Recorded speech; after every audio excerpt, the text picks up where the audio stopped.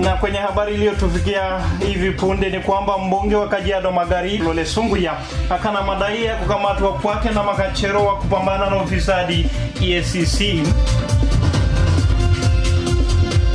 Viongozi wataka uchunguzi wa mauaji wa padri wa kanisa la Katoliki kufanywa haraka ili kubaini wajangili waliomuua padri huyo la kanisa la Katoliki.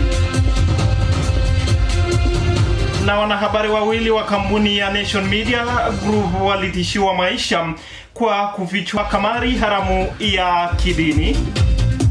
Habari nyinginezo ni kwamba wagonjwa wako hatarini huku madaktari wa kaunti 3, kaunti ya Marsabit, Kakamega na Kiambu wakigoma. Kwenye rubaa za kimataifa ni kwamba rais wa Marekani Donald Trump akerwa na mashambulizi yaliyofanywa na Urusi nchini Ukraine.